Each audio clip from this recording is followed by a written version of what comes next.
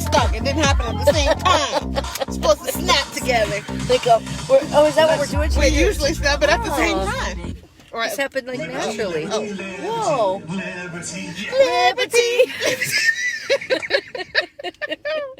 We're ridiculous. Good morning. Good morning, everyone. All right. Whew. Happy Saturday. Yes. So, I know last time people weren't getting notifications. Remember we heard that? I know. I hope people are. So hopefully you guys are getting notifications this week.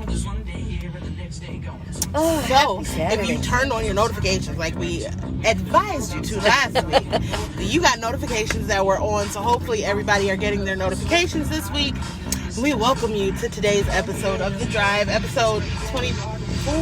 24. It's 24. So this is pretty, we've been a little, I'm going to steal your word. Okay. We've been a little nervous-guided about this one, huh? Very nervous-guided. Yeah. So, for those of you that don't know, I'm Kat. And I'm Brenda. And this is The Drive Talk Show. Welcome. So, what do we talk about? We talk about... Oh, we talk about how to apply, very technical. We talk about emotional intelligence, stress management, and it gets a little emotional, but we have our serious and shenanigans. Sometimes we can be a little bit goofy. So. And what I put the hashtag, I don't know if you saw it, but I put the hashtag, shenanigans get serious. Because that's the thing. I think you hear like emotional intelligence or even emotional wellness, that kind of stuff, and people think, oh, it's got to be all serious, and we're like, we're so not. I don't want to say we're never serious, because there are times we know when to be appropriate. Most of the time. We know when. Sometimes we're just not. Is it our gauge for appropriateness? Like, do we have awful gauges for when to and when not to be? Because we find things that are funny that maybe not everybody. We're a little silly. And we find humor in lots of things that maybe not everybody does. I'm definitely learning how to. I remember when I was like first an HR manager and we were all in this big meeting, and this is going to be totally inappropriate right now. I'm starting out with totally inappropriate. The owner of the company, my boss, said... Set the overall tone. Yeah, that's right. He said he meant to... Like, let me just talk about the spirit of what he was saying was we have to stop, like, just trying to fix things with a quick fix. We need to quit, as somebody said, put duct tape... Or bullet wounds. Yeah, Band-Aids, bullet wounds. So, but he said, we've got to stop sticking our fingers in the dikes. And I was like, and I'm the HR manager. And I had no idea what he was talking about. He had to explain what all that meant. Oh, you had never even heard, you didn't even know. I didn't know there was like an appropriate version of that. Well, he's okay. But yeah, that's funny. So, yeah, he was like, cat. And I'm like, what? Why would you say that? What does that even mean? So, yeah. I sometimes have the humor of a 12-year-old boy. And I have a 14-year-old boy, and he's actually more mature than I am sometimes. Jennifer said, good morning. I'm always inappropriate and have worked in an HR environment, too. Must be an HR thing. You HR people are all the same. No. Oh, yeah. Get us all together. Or listen to HR talk, you guys. Want to talk about inappropriate. I've been, we've gone to Disrupt, and we've done all that kind of thing. And to be... because I worked in benefits, so it wasn't really HR, you know what I mean, but we were like part of the HR crew, but whatever, but we didn't have that HR dynamic. And to be around like you and your cohorts, I'm like, these are all HR people, and it's really fun. They're always really fun, but I don't know, they're still kind of my tribe a little bit because of that whole inappropriateness at times. So I love it. So we were inspired this week. We were very inspired this week, and it's so weird. We had watched the same interview, individual of each other, and I wasn't even going to bring it up. I mean, I'm not really one to talk about a whole lot of emotional stuff unless I have to. But when Kat was like, oh my gosh, you need to watch the Lady Gaga Oprah interview, it was really good, and I was like, I did watch it. So, do you want to talk about it a little bit? Like, what about it inspired you and made you want to? Well, I think that first and foremost was just she had an expression that she used, or that she was talking about. She was talking about dialectical behavioral therapy, and of course, I got really excited about that. I was like, somebody's talking about DBT, mates, right? So, and it's about radical acceptance of your feelings. And one of the things she said was, am going to take my shame and put it in a box way over there and make it really, really small. And I just thought that was so powerful. But the other thing was, I realized how much her story mimicked in a lot of ways my story, your story, and so many other people's stories that always say, like when we do share things like, oh my gosh, I experienced that too, me too, I thought I was alone, those types of things. So I thought that at least that was one of my big takeaways. How about you? It was just her being so forthright. Like,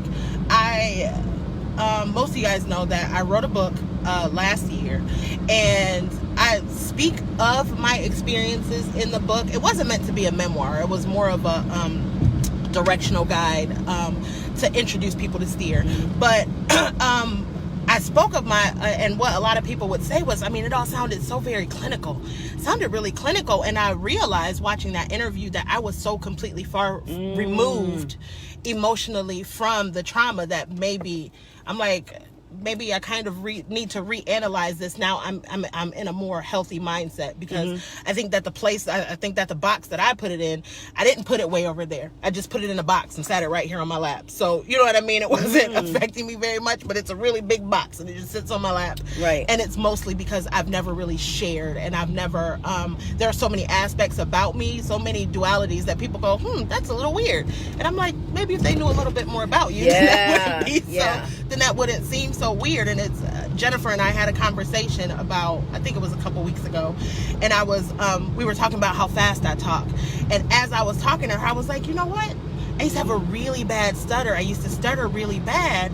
I'm pretty sure that my brain still goes like really fast, and I'm trying to get it all out before I could stumble over my words, because it was really bad. So I'm like, just realizing that those things still have like a subconscious effect on the way we act today, and we don't even know it. We don't realize it.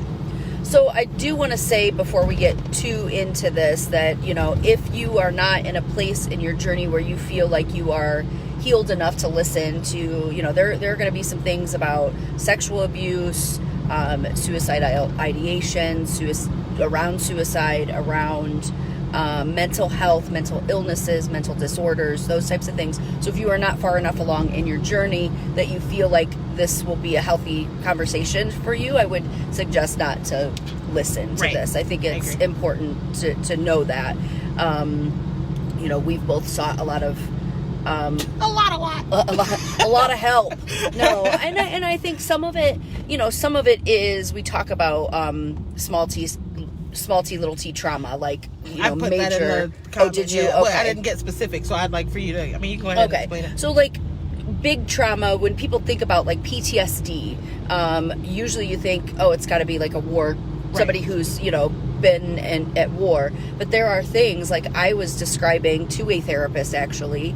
It was actually a therapist friend of mine, so I wasn't necessarily in a therapy session, but I have been in therapy sessions. But I was describing to her, every talk with her is a therapy session. Isn't it? In a good way. Yes. In a very good way. So, I was explaining to her some of the things that I was experiencing around my divorce, and she said, that sounds like PTSD. And I was like, what? And I will say, most of my ahas have come from therapists saying, that sounds like, and then they say what they say, and then I go back and look at it, I'm like, that can't be right. And then I go look, and I'm like, oh, maybe that is what's going on. Now, I think it's important to get real diagnosis as well, not just, WebMD is not the way to go. And ever, in any sense. Not physically, not mentally. It will cause you to call the fire department or whatever, call 911 because you think you're having a heart attack. But it's really a panic attack. What was that, episode 3? Episode 4, I think it was episode maybe? 3 or 4. Go back and listen to that if you don't know what we're talking about there, but...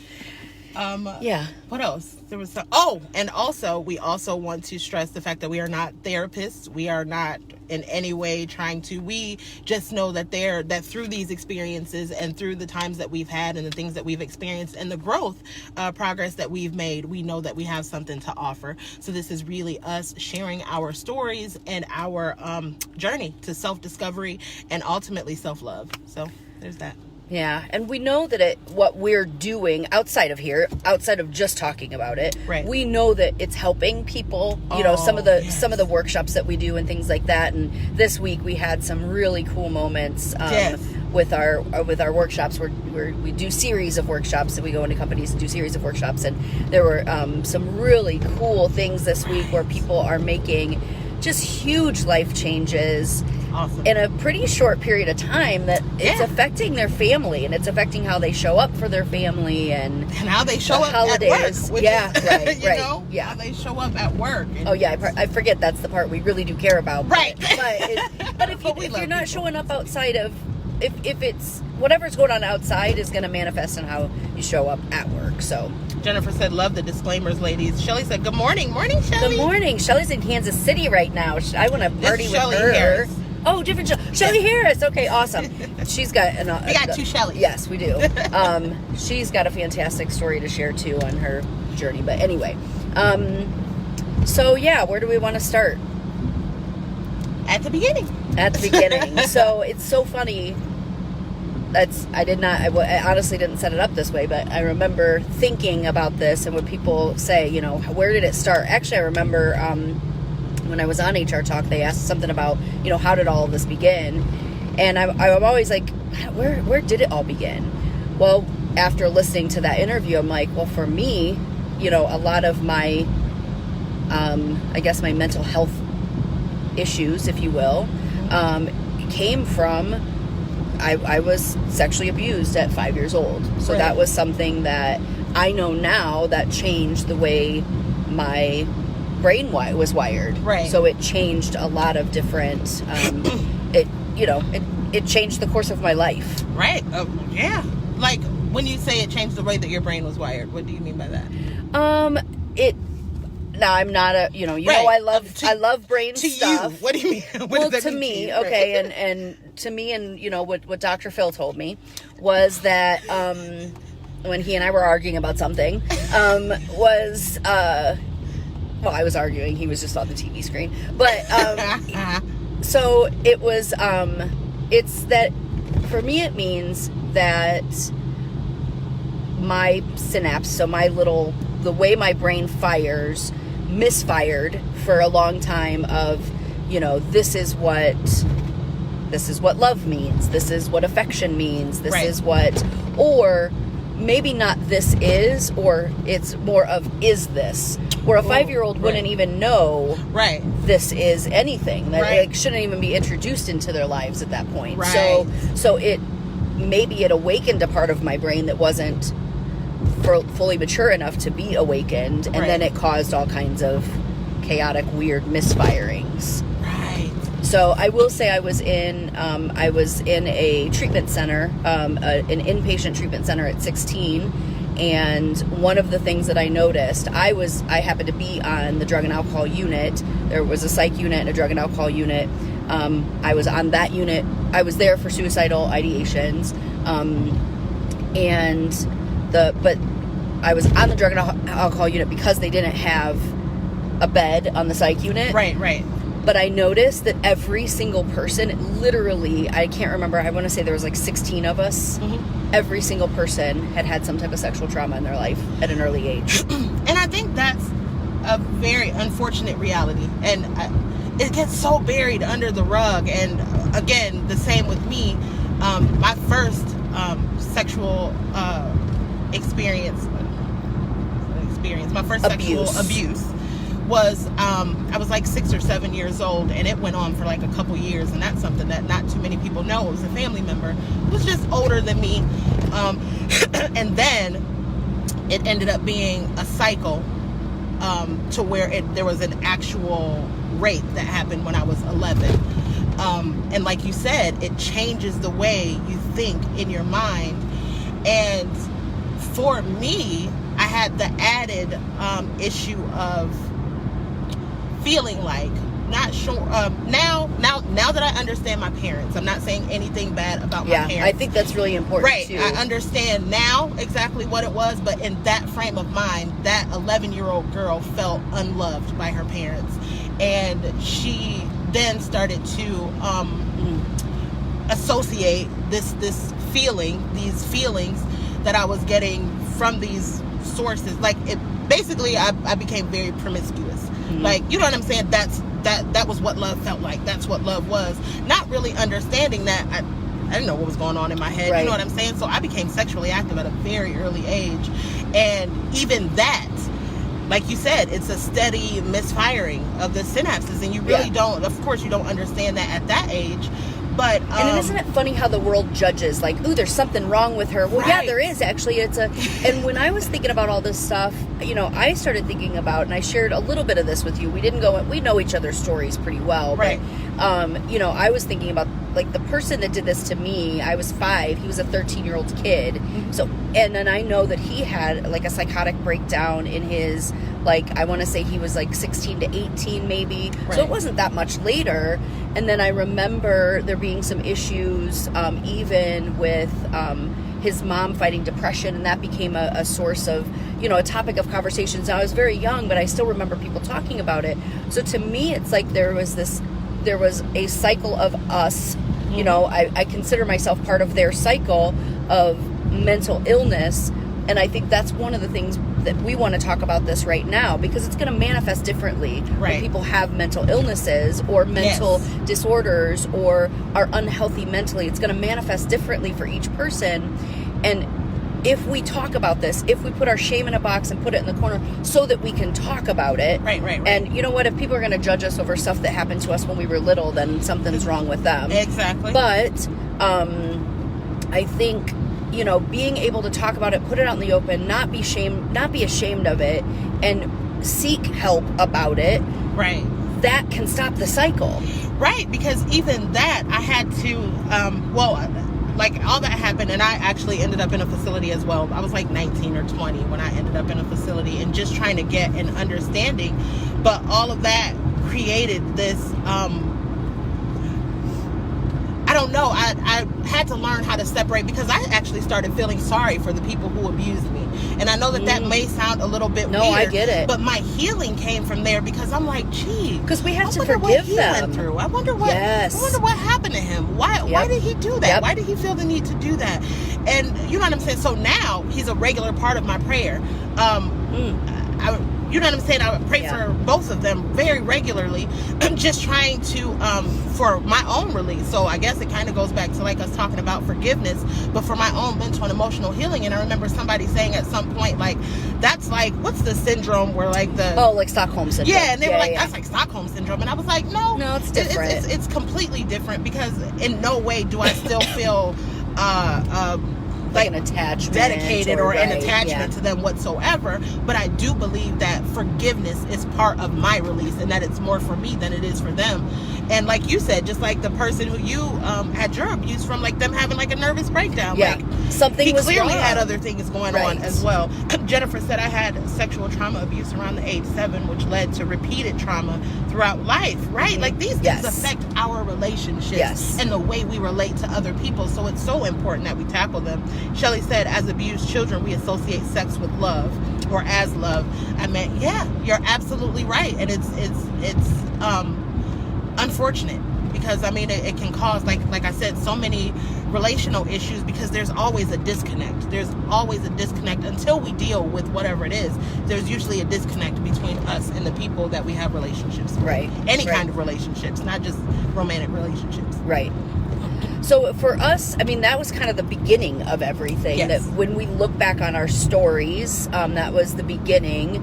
And then we both, I mean, our stories are so similar. I mean, they're different, but they're similar. Right. And we both had,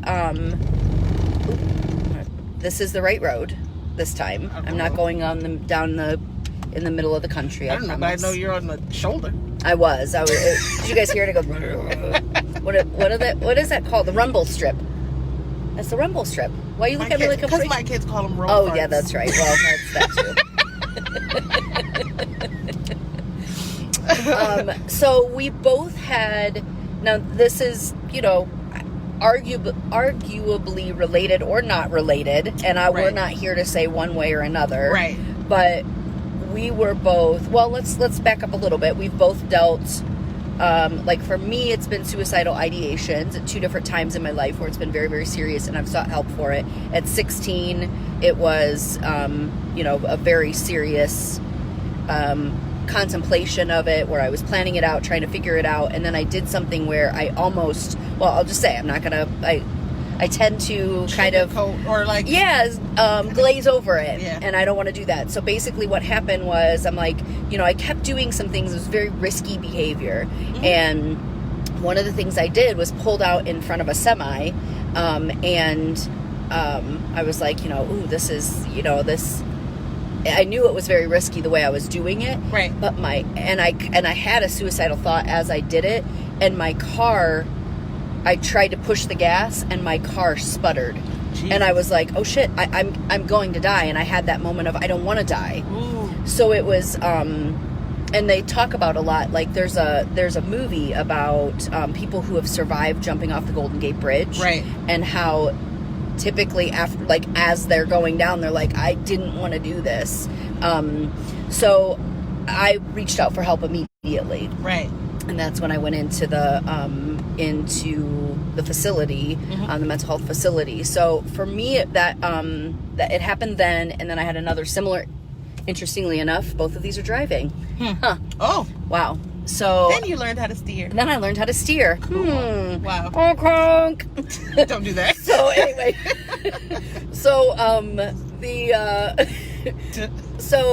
the other one was driving, and I mentioned a few weeks ago that there were roads not all that far from here that I was driving down, and I was trying to figure out how to make it look like an accident. I'm like, oh shit, like I'm really serious about this. I'm really, right. I'm really trying to, I'm back there where I'm trying to figure it out again. So I reached out for help again. So that was something that... For me, there was the ideation that kind of graduated into actual attempts. So I had, ideation was just almost a part of my everyday thinking. Like... Yes, so it becomes... And then I had 2 attempts, and it was at the second attempt that my girl's father, because we were living together at the time, and he was like, you need to go and get some help. And that's when I went to actually get help. And what was the catalyst, what started to change me was receiving my diagnosis, which we'll talk about in a minute. But I remember I was talking to my therapist, and I was like, I just don't want to be here anymore. I don't want to be here anymore. I don't want to be here anymore. And she was like, I noticed that you keep saying that you're not saying that you want to die. Oh. And I was like, but I don't want to be here. And she was like, do you not want to live, or do you not want to live like this anymore? Oh, wow. What a great... Oh, and I was like, and that was when I realized, like, I don't want to die. I just need to learn how to live. Yeah. And I'm like, I want to. I got like 150 zillion kids. I don't have a choice. You had 3. Felt like 150 zillion in my heart. Hold on, I want to go to some comments really quick. Charles said, Kat and Brenda, thank you for being so brave and candid in discussing this tough topic. You both have clearly taken your power back and have not let these events perpetrated by... Yeah.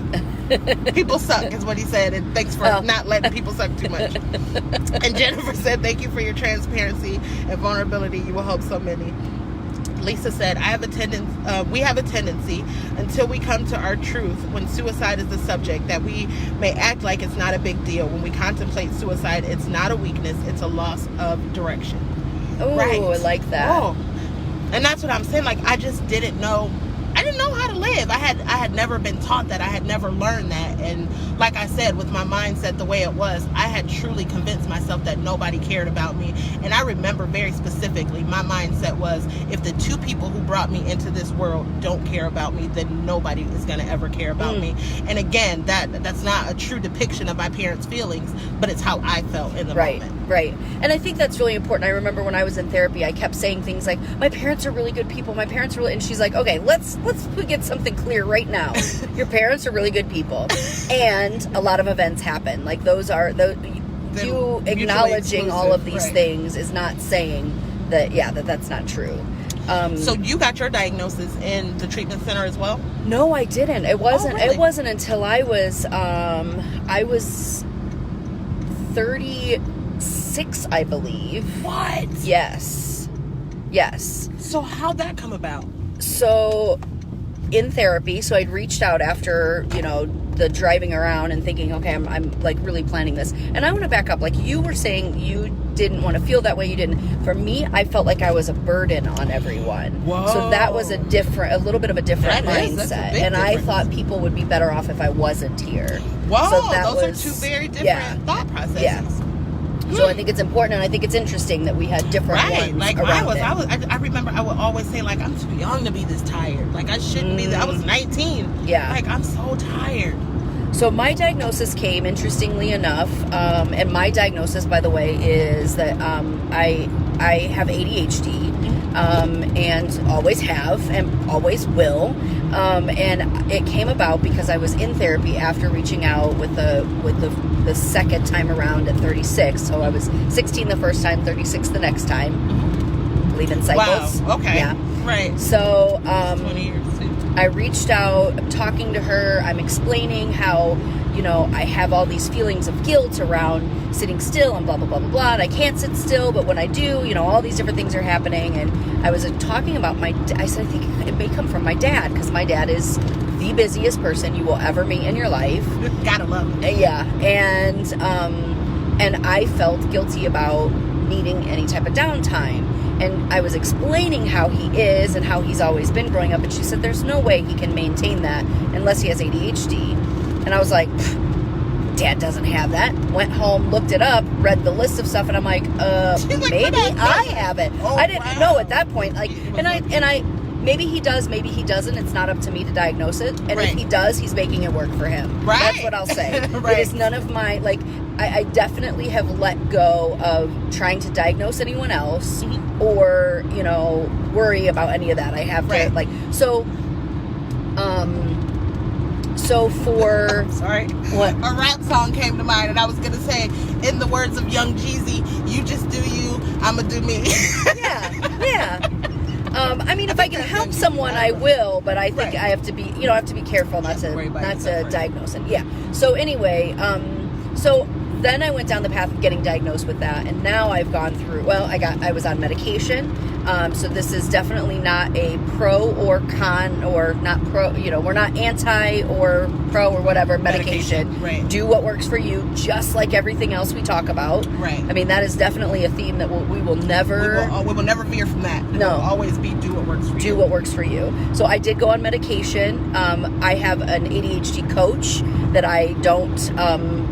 I make sure to not get very far from. I actually just rejoined the coaching groups as like a kind of a mentor, if you will, where I'm going to be helping out in the groups, which helps me then. So I stay close. I stay close to my community, my ADHD community, and you know, but I do, one of the things that he says, though, is that pills don't give skills. Right. So I made sure that even while I was taking the medication, I was working on my skills as well. Now, I don't take the medication, not for any reason other than it wasn't working for me for other reasons. And again, I was starting to glaze over it.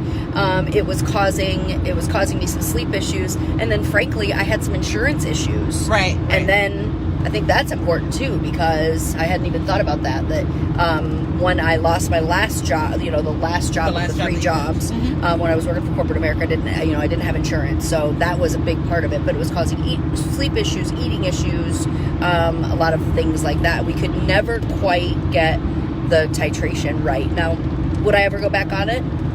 Very likely. Right. I don't feel the need right now, but that doesn't mean that I would. You will. Yes. Right. Yeah. So that was my diagnosis. I'm going to go, before I jump into mine, I'm just going to read some comments here. Jennifer said, yes, I had to learn how to live. I wanted to die, but I wanted it to happen through an accident or some other way. Yes, wow. That's what I was... I was going to say, that sounds like yours. So I just want to point out, again, another person that had... Like, these stories are so similar because there's early childhood trauma. Yes. There are, you know, then there's suicidal either ideations, attempts, whatever it is, and then, you know what I mean? So it's an epidemic. There's so many people that I talk to. And I think at some point, I think after we're done, I just want to get into ACEs really quick. Yeah, that's a good idea. And Shelly said, wow, that's how I felt for years, like others will be better off if I wasn't here. Aha moment. And Lisa said, I relate to you, Kat. I always felt like a burden. And for me, carrying secrets of abuse are heavy. That's what we don't realize. Like, keeping these things bottled up inside make us so heavy. And it's literally a release. So you guys are like thanking us and like we're doing great, but not understanding that this is like cathartic for me. Like, this is to just be able to release all of this out into the world and kind of let it lie and know that it's going to help other people. Right. And I didn't even know if mine was real. When I was at 16, so then it was 11 years later that I said, hey, I think this thing happened, but I'm not sure. I think it might have just been a nightmare. I think it was just a dream. I didn't even know that it happened for real. So I still don't know how many times it happened, any of that, because of how my brain went boop. Right. And we are going to talk about ACEs. Okay. So my diagnosis, it was when I was in the facility, and at first she told me that either I had borderline personality disorder or I had bipolar disorder. And she gave me the medications. She gave me like 3 medications. It was like, take all of these and we'll gradually take you off of each one until we realize what works for you. Yeah, and I was like, sure, okay. Yeah. Let's take a little, I'm not even going to name the stuff that I was taking, but it's stuff that I hear about now and that I read about now. And as an adult, I'm like, why did I take this? Like, and again, all of these, not why do people take these medications, but if a doctor gave me a prescription for the 3 medications that I was taking all at the same time and said, here, take these, although I don't have a diagnosis for you yet, there's no way that I would do that now. Right. So just keeping that in mind. But, she gave me the 1 or the 2 diagnoses, and I had to go to further treatments and had to take all of these tests and do all of these things. And ultimately it ended up being that I had bipolar disorder, which, again, not diagnosing other people in my family, but we're all aware that some sort of mental issues do run in the women in my family. So I was diagnosed with bipolar disorder, and the diagnosis itself brought about a depression, which is totally separate. But I think that's important for, like, with ADHD, most people... rotate your phone, it's saying. Something came up and said rotate your phone. Oh. Can you guys see us okay? I don't know. Maybe because it was bouncing. Okay. Sorry, I just saw something come up. I was like, whoa, what is that? So, squirrel! No, I was looking like, what are you looking at? What is it? Like, so, a lot of people with ADHD, they say once they were diagnosed with it, they're like, oh, okay, that's what's wrong with me. I was like, that's what's wrong with me? Like, there's no fixing this? I'm gonna have to live with it forever? Right. What? It feels like a damnation to 3 days of crying. Yeah, because you're like, what you hear is you are broken. Yes. You cannot be fixed. Yes. And there's nothing that you can do about it except take these pills and hopefully they'll make you a little bit normal. Yep. And I'm like, what? Like, I don't want to be different. I don't want to be wrong. I don't want to be broken. That's not what I want to be. That's not how I want to live. And I don't know. I was just very, very depressed. Do you still feel like that disorder makes you broken? No, and I'm going to tell you why. It's so funny. When I learned how to steer, you can ask Kat. I used to be like, I don't think I have bipolar disorder at all. I know I went through all this testing, but after learning how to steer, I don't think I have that because I'm a lot better. And she would be like, yeah, no, let's not say that. Let's not say that steer cures bipolar disorder. Let's just see exactly how it works out. So I still have my highs and lows, and it took me a while to recognize, like, it's not that I don't have bipolar disorder. It's that my highs and my lows look different than when I've learned how to steer. Like, I can function through. My low is not me laying in the bed for 2 weeks at a time and not being able to move. Now my low is working through it and being a complete beep for like however long. Usually it's a couple of days, and it's funny because we'll be working and Kat will go, are you okay? Are you all right? And I'm like, I'm good. And she'll just kind of leave it at that.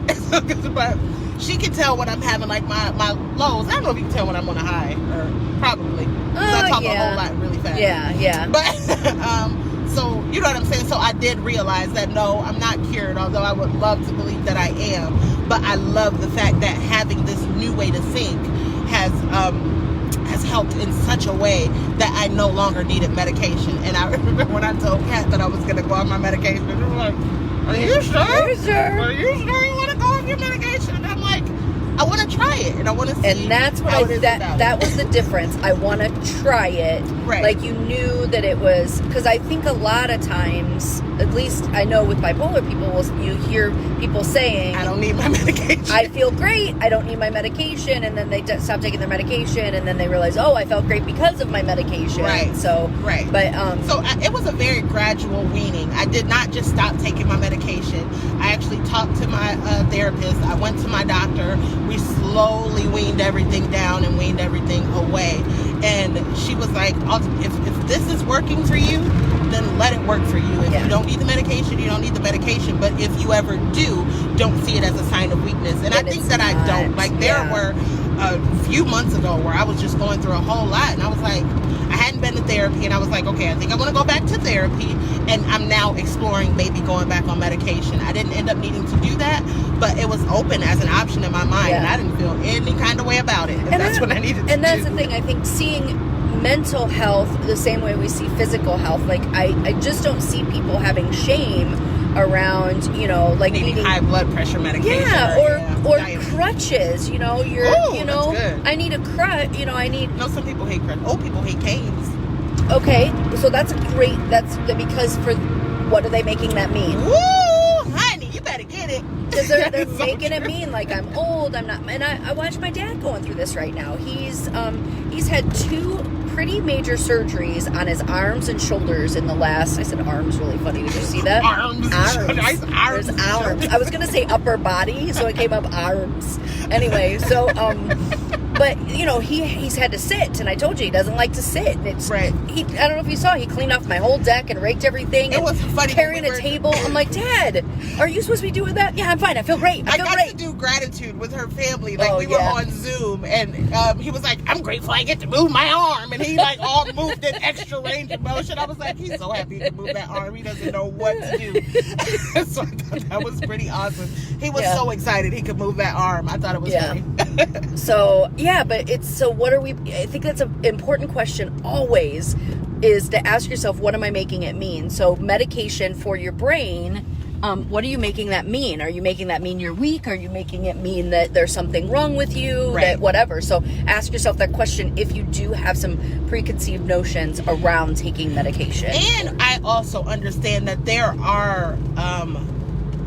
that on the spectrum of bipolar disorder, there are some people so far on the spectrum that they can't even make those logical decisions. So I'm not by any means advising anybody to try to wean. Like I said, this was a conversation with my doctor and a conversation with my therapist, and we mutually decided that it was okay for me to do. Right. It's nothing that I made the decision to do on my own, or nothing that I would have made the decision to do on my own. If they would have advised me to stay on for whatever reason, I definitely would have. I can't say that I would have because I'm hard-headed, but I would have taken that into consideration. So I think it's important that we consider what our trusted health professionals have to say about it. Yeah. Oh, that was mature. It was. Scott said, love your courage, ladies. Lisa said, such a great point. Wow. I don't know when you said that, Lisa. I don't know what you're talking about, but thank you. I want to say about Lisa, by the way, I think that the episodes are all still up. Lisa, you can let us know if they are or not. But she and Hans Freller, I think it's Freller, F-R-E-L-L-E-R. Mm-hmm. She and Hans had a podcast, and hopefully they're going to bring it back, called The Tough Stuff. Mm-hmm. And they talked about a lot of these issues. Really? I think it was an awesome show. They laughed a lot like we do. Right. They talked about their life experiences, but they also brought other people on to talk about different things that they've experienced. But, they talked about the tough stuff. Hans just wrote a book. I feel like it's called Walking on Glass. Lisa, let me know what that is too. Mm-hmm. But I think one of the really important things, and we've talked about this a lot, that we're noticing as we're doing our workshops, there are a ton of men that are needing this kind of release or something that says it's okay to not be okay. Right. We just did this series we kicked off the series. It's called Grit, which is gaining resiliency in teams with the chamber and a couple of other organizations here in Akron. And it's still not too late to sign up. Yeah, for you have our to do We're that. Speaking on the, I can't remember. Just look up Growing Resiliency in Teams on Facebook events, and you guys can come to the event. Yeah, it's a free event. It's free. And it's fantastic. So anyway, there was a man there that said, how do you know, like, even if, like, how do you know when enough is enough and you need to reach out for help? Right. And it was like, and we've noticed almost every single workshop that we've done, there are men that are, you know, either coming to find us afterward. There was one, talk about Disrupt HR, there was one where I didn't recognize the guy immediately, and he was like standing at the bar getting a drink, and I went up to get a drink, and he's like, Kat, and he started to hug me, and I was like, who is this person? And then I realized, by the way, we're gonna have him on the show here in November. Gosh, we are. Yeah. What is that? We'll talk about it. Yeah. So, but, you know, it was this moment of like, I know what it was that it was this safe moment to be vulnerable, to be okay to not be okay. Mm-hmm. And it was, so anyway, I think and we've got a lot of guys on the show too, but I just want to make sure that, you know, it is, I think the strongest men I know are ones that say, I need a little bit of help right now. Yeah. Right. Lisa said, love that. Pills with skills. As with any medication, the work needs to be done. Just as heart, BP, diabetes, etc. Mental health is the same. We need to not be afraid to talk. Exactly. Kim said, good morning. Your posts this week have been cracking me up. Happy New Year, lovely ladies. Jennifer said, weaning is important, working with doctors.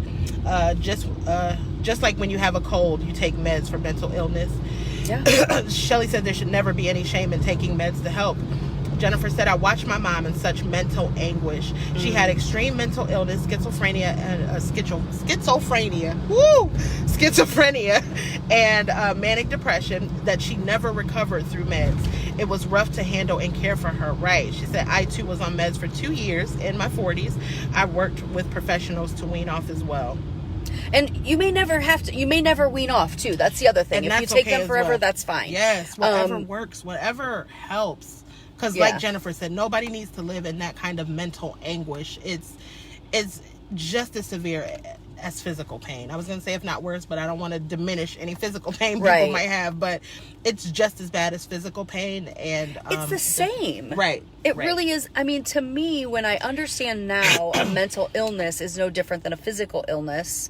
And I hope that we, you know, maybe someday we won't even see them as two different things. Wouldn't that be awesome? Right. I think we're heading in that direction as a society. Right. Very slow steps. Yeah. But, I mean, that's evolution. Right. But I do think we're headed that way in society. Which is and awesome. I think the biggest way to do it is to remove the stigma around it. And talk about it. Yep. Don't talk about it. Don't be about it. Talk about it. That's backwards. Yeah, and you know what? Gaga said something about don't show me, tell me. But she was talking about cutting because people will cut as a way to physically feel their emotional pain or as an expression to other people to say I am in pain. So, you know, that's actually part of my journey. That was part of my journey, the cutting. And for me, it was I felt like it was releasing pain, like popping a balloon. Okay. And that was, of course, it was wrong in so many different ways. But I was a lot older when I experienced that and went through that. Like, it wasn't as a child. So just making that point just to say that I think when we think about cutting and things like that, like the self-mutilation, we think about children, but there are a lot of adults who are suffering through that as well. I was probably about 32-ish when I was doing that, and you know what I mean, I quote unquote knew better. But as an adult, it was still an issue for me. So just even understanding that none of these are exclusive to certain age groups or certain races, although it's different, it's very different, or certain sexes, it's different for everybody. But just understanding that if you're experiencing these kind of issues or these kind of thoughts at any age, that it's worth going out and seeking help if necessary. Yeah. Whew.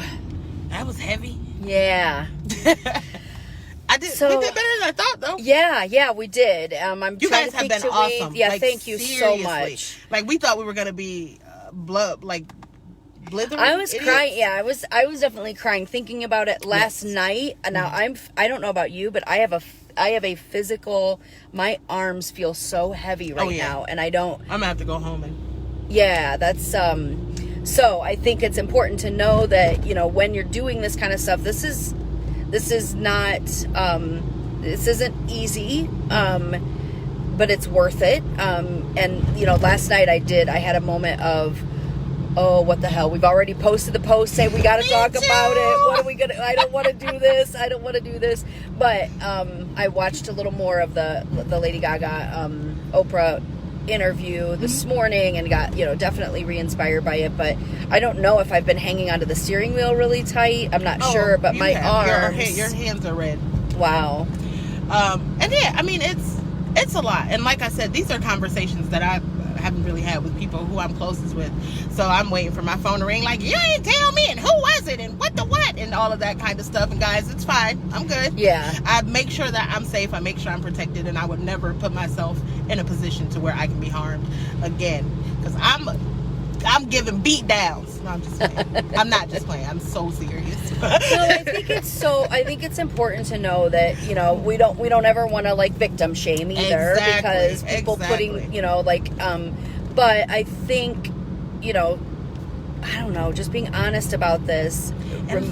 Yeah. Live in your power. Like, understand that you have the power to do whatever it is that you want to do. Whether that is speak your truth, whether that is a conscious and healthy decision to not speak your truth because you don't want to. As long as you are making a decision that is healthy for you. You may never want to have these conversations, and that's fine too. I'd advise that you not keep them buried inside, or that you find somebody that you trust, but just understand that the goal is for you to love on yourself a little bit and be comfortable with what it is that you want to do in your life, and you do what makes you feel good. Yeah, because I think, you know, getting on a Facebook Live, and there's a difference. We talked about this. We wanted to touch on this. There is a difference between, what did we say? Because I said, or exploiting. I wanted to make sure that we weren't exploiting our pain. Our pain and our trauma, because, you know, I think, that's just really important. And that was something when I was watching the Lady Gaga thing, I'm like, no, she's using this platform to help other people, and that's what it is. And, you know, I do think that sometimes people, and I'm not judging this, but they're doing it in a way that isn't necessarily healthy. So find out what's healthy for you, and you can feel it. If you get quiet and pay attention to what's happening in your heart and mind, you can feel what's right for you. Oh, absolutely. And even though I was feeling, sorry, I didn't mean to interrupt, but even though I was feeling a little apprehensive, I still knew it in my gut it was right. Right. It's so funny. I was reading something yesterday, and I was kind of praying and meditating about it, and it said, show the world who you really are. And I was oh, wow. Whoa. Yeah. Like, that's my answer. And this doesn't define us. It's part of our story. It's not our whole story, but it's interesting because that was another thing in the interview. They talked about how, you know, this has made her who she is. This has made us who we are. This is why, you know, like, we definitely have most of what I've done, you know, I've said is, you know, I don't want anyone to ever feel the way I felt when it, like, with the suicidal ideations. I don't ever want anyone to feel that way. But, had I not gone through all of those things, I wouldn't have created a program that is helping so many people. And who knows what their stories are. And that takes it back to perspective, like we always talk about. Like, you have the choice to decide exactly what these things do to you or what they do for you. And I have found so much power in taking whatever adversity that I'm experiencing and flipping it and figuring out, okay, how can I make this work? I'm going to make this work. Or else it's a useless experience if I can't figure out how to make it work for me. Or it has the potential to drag me back to that place. And I don't want to have to experience that. So what is it can I do about this seemingly negative experience that can carry me forward and help me in the long run? Yeah. Shelly said it's so emotionally draining to talk about our crap. I'm going to say crap like that, because that's what it is. Like she said, you guys did great. Scott said, sharing your story inspires others to communicate. You are giving them a gift, something you own, and today you owned it. Oh, thank you. Thank you. Lisa said, trust one person with your truth and then baby steps. That's what I did. I had one person that I trusted, and slowly, and she never, I love her so much. It was my older sister, who was the only person who's ever known everything about me. And she has never, because you know how sisters can be, we drive each other crazy. And she has never never, ever, ever told any of my stuff. And she would wait until I finally told other people. And she's like, "Oh, I'm so glad you told that person. I'm so glad you finally let that go." So she was kind of tense for me. You know what I'm saying? Right. Just like waiting for me to experience. Are we gonna park? I'm feeling like I just want to park right now. Right. This could go on for a little bit. So, I mean, we understand. We want to talk about ACEs. I do want to talk a little bit too about the program that we're going to be. Right. So let's just park for a minute. Okay. We're going to park for a little bit, guys. So when I kept telling you guys that I was going to talk about ACEs, part of one of our programs, the Transcendence Beyond program, we do teach STEER, but we also teach about ACEs, which is adverse childhood experiences. The premise with ACEs is that there are 10 markers. There are 10 markers that if we experience 4 or more of these things in childhood, that it creates a negative impact, physical, like whether it's our physical, it does so many different things. So if you look up ACES, adverse childhood experiences, and when I first learned about it, what I realized is I kind of did an analysis of all that I experienced growing up, and they said an ACEs score of 4 is definitely cause for exploration and to figure out exactly what's going on and to dig a little bit deeper, maybe see a therapist. I realized that by the time I was 7 years old, my ACEs score was 7. Wow. So there are also so many kinds of sexual abuse, housing issues, family issues that make up the 10 markers that describe ACEs. So when we understand that we have these ACEs, these that create an issue in ourselves, when we talk about how things affect us down to our DNA, it creates a genetic predisposition for our youth and our children to have these issues as well. So not only are we battling up against our experiences that are creating our mental health issues and our emotional issues, but we also now have this added genetic component on top of that that we've received from the trauma that our parents have received, even from ACEs. Going into right now, I'm reading post-traumatic slave syndrome, and it's basically explaining how there is still an effect in the Black community. Of course, it's not that many generations away. Right. And not only that, so it explains, like, of course, the systematic issues that are there, but it also explains that there is, again, a genetic predisposition toward emotional issues that we experience just being ascendants from descendants from slavery. So I was like, Black? No, that's not what you were going. Sorry. Is that where you're going with that? No, but yeah. But so there is that. So understanding all of these components was why we created the Transcendence Beyond program, where we start first with ACEs to understand exactly, to kind of teach people like you. Unfortunately, it's a very widespread issue, and it doesn't stop at color like ACEs. Nadine Burke Harris is the doctor. She's the Surgeon General in California, and she talks a lot about ACEs, and she makes it very clear that it's not about race. It's not about socioeconomic status. It's not about any of that stuff. She's like, and most of the examples that she uses in her talks, she's very careful to use people who you would believe should be okay. Mom, dad, 2 children, like the perfect American family. Yeah. She's like, outwardly you look at these people, she's like, blonde hair, blue eyes, like the traditional standard of what we think when we think family. One mom, one dad, 2 children, a girl and a boy, blonde hair, blue eyes. And she's like, these people are having major issues as a result of ACEs, as a result of what these parents experience in their childhood. Psychologically, they're passing them down to their children, and then also there's that physical component as well. And that's why I say, when we're doing this stuff, when we first start teaching about SEER, I always say I want to say you're welcome to my great grandchildren. I ain't touched this coffee. Oh, you haven't? Mine's almost gone. Yeah, so that's something that that I always say, well, thank you to my great grandchildren, because hopefully if we can keep doing this, and keep talking about this, my DNA that's already been passed on to Trev, but hopefully what I can help, helping him be an emotionally intelligent individual, helping what's happening with his DNA, so that when he has kids, he's passing on the healthy, at least healthy, healthier. You know what I'm saying? And my goal is, when I even talk about toxic stress in pregnant moms and how we're trying to impact infant mortality, and understanding that the toxic stress that these moms are experiencing, if we can even alleviate a little in them, and they're steadily and gradually passing down better DNA, if you will, to their children, then ultimately, I'm sure it's generations away, but we gotta start somewhere. That's right. So, if not us, then who? If not now, then when? Right. And if not here, then where? Right. That's right.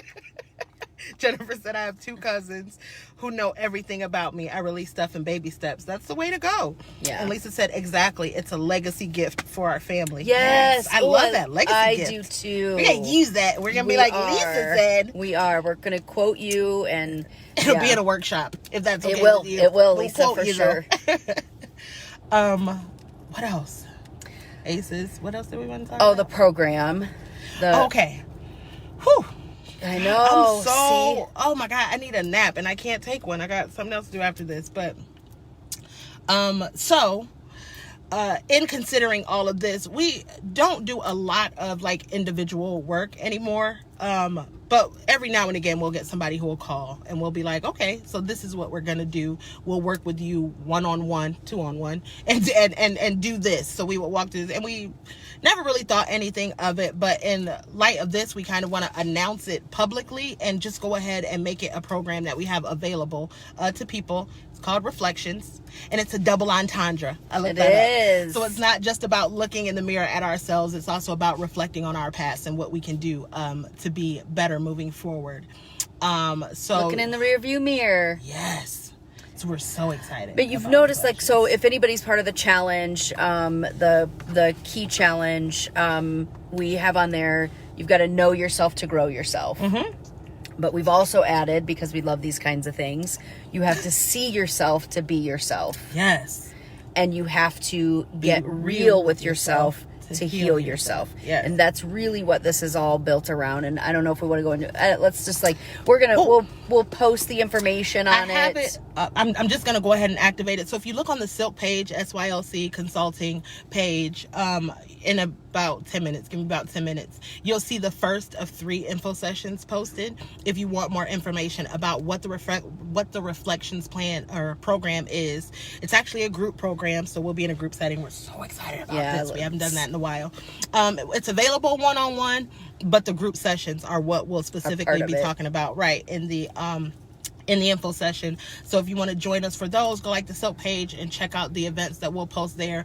But this Reflections program, listen, I'm so excited about it. We got so many plans for it. So we hope that some people will sign up. We only have 6 slots available because we want to make sure we can give people like the we want it to be like an intimate setting where we can still and it's online. Each other. It's online so on it's Zoom. Person, yeah. So it's the first one we do Steer 101 because that's the foundation for everything. Right. And then we do overcoming procrastination. Yes. Because that's something that we heard back from feedback of the key challenge that's what most people are dealing with is procrastination. So we're helping. And these are all practical tools and tips that we are giving you to be able to overcome these things. It's not just where we come and talk about it. No, we are working through these things and we're helping you get through them and beyond them. And using Steer to implement it in your daily life, so you eventually become on autopilot with it. Yep. And then